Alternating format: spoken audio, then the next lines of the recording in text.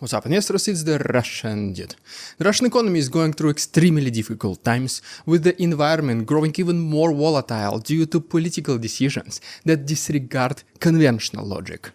Even though Putin will never publicly acknowledge it. Well, in fact, he will be saying that until the very last end, that everything is good, and goes in accordance with the plans, whatever they might be. Individuals who hold money they are afraid of losing now face a set of extraordinarily difficult questions.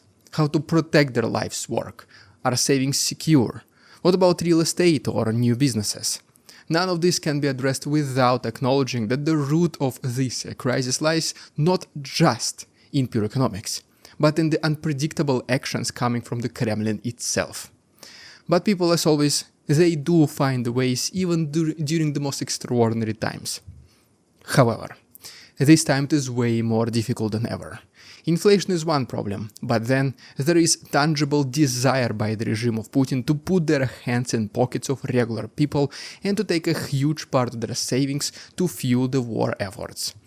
Legally, they obviously cannot do it, but the rapidly decreasing military budget forces them to look for unconventional solutions. One of such things is the seizure of assets of those who are being prosecuted. Can be both individuals or companies. That's why recently it feels like that the ultimate purge against Russians was initiated by the regime. People are being arrested for any minor thing, their properties seized. This is just one of the first steps how the government found a way to fill up the treasury, until they come up with something a little bit more legal. The only obstacle here is how to find different reasons to prosecute people. But let's be honest. When was it ever a problem for Putin? Any economic strategy in this environment must begin by facing an uncomfortable truth. The man-made, or better say Putin-made crisis, has less to do with ordinary economic cycles than with the desires of a leader who wanted to invade another neighboring country. Any war is devastating for the people. Wars without any reasonable justification or without clear end or goals in sight, they are even worse. Traditional models assume that policy, while not always beneficial, is at least somewhat restrained by rational self-interest.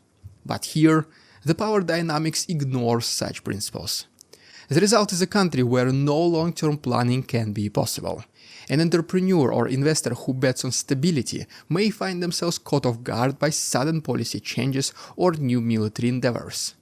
History offers no shortage of reasons why certain moves should never be made, but these reasons are ignored. The principle that if things remain stable does not apply here anymore. Stability itself is an illusion as long as any plan can be adjusted overnight.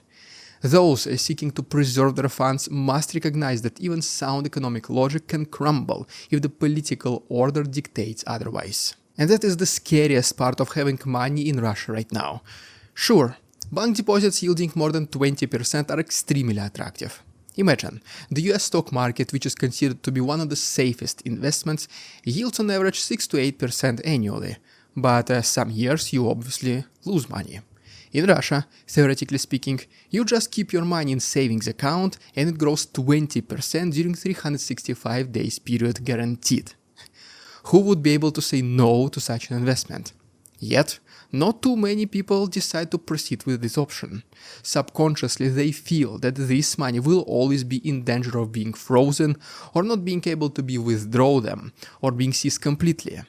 You simply never know when the government can adopt a law retroactively, making all bank deposits to not be able to be withdrawn at once or being locked completely, until so-called the economy stabilizes. War already dried almost every other non-military related industry, and these potential trillions of rubles on bank deposits are seen as the next gold mine by Putin. The only question is, how to access these massive reserves. In such a climate, it might seem that war-related industries promise a stable, even thriving source of profit. The government's relentless injection of cash and the continuous demand for equipment and supplies may appear to guarantee a good return on investment. Seen from a purely economic perspective, investing in the military machine might be tempting. Yet, the moral dimensions aside, such a course of actions is extremely dangerous. These industries are not shielded from arbitrary crackdowns. High-profile arrests can occur without warning, and charges may be fabricated with astonishing ease. What begins as a profitable arrangement can deteriorate into a nightmare if powerful political actors decide to target an enterprise for their own gain. The amount of news coming to us weekly about a top manager falling from the window, or that a general drinking the wrong cup of tea, or an ex-professional swimmer drowning in a lake for no reason, the amount of news is simply extraordinary. Just the very few, by the way, reach our news feeds. I'm sure that there are dozens, if not hundreds more happening to more or less regular people that are not worth mentioning in the evening news broadcasts. And just how many more people are jailed and their businesses taken away. Don't even get me started on this topic. The risk goes well beyond normal business uncertainty. In a setting where treason charges are easily applied, any perceived wrongdoing can land one behind bars or even worse. Opportunism that aligns closely with the war machine raises the probability of falling a victim to the very apparatus that once seemed supportive. Even those who dismiss moral considerations should consider that when the entire system can criminalize ordinary activities overnight, your privileged position can vanish at the snap of a prosecutor's fingers. In other words, the war is not merely destructive on the battlefield. Its toxic reach can dismantle profitable ventures and devour the unresponsive participants. Jails are full of entrepreneurial people, and the charges they faced are mostly not related to their activities. They are being prosecuted based on justifying the terrorism, discreditation of the Russian army, and Putin's favorite, treason. Very few of them are charged with avoiding taxes or other illegal business practices. One might ask if the state, desperate for resources, would seize private deposits. On paper, doing so might seem like a shortcut to fill budgetary gaps. In practice, it would be a colossal gamble for the authorities. Authoritarian regimes prefer less visible means of impoverishing the population, such as inflation, indirect taxation, or subtle wage manipulations. Outright freezing of citizen deposits would spark immediate outrage, financial chaos, and political instability. People might ignore the failures of the Russian army in the east of Ukraine, but they will not forgive the government stealing $10 from their pockets. While no scenario is impossible, it is improbable, at least for now, that Russia's leadership will risk the system shock caused by direct deposit confiscations. It is far likelier that they will continue to bleed citizens through less dramatic and less obvious instruments. So how do you protect your savings then, some people might ask? Real estate, often considered as a safe haven, is not also exempt from these challenges. Property is an illiquid asset which value and saleability depends on highly localized factors. Two similar apartments can yield radically different outcomes based solely on their environment. In uncertain times, selling property quickly may force one into poor deals. War-driven injections of easy money have already inflated the prices to absurd levels, and if the tide turns, those who invested heavily at the peak may struggle to even recover their costs. Real estate might remain valuable for those with clear plans and long-term visions, but without such foresight, purchasing property at inflated prices is extremely dangerous. We've been talking about several times in the past that it is exactly the real estate market that has one of the biggest contributions towards the inflation, because building a house involves using most of the industries.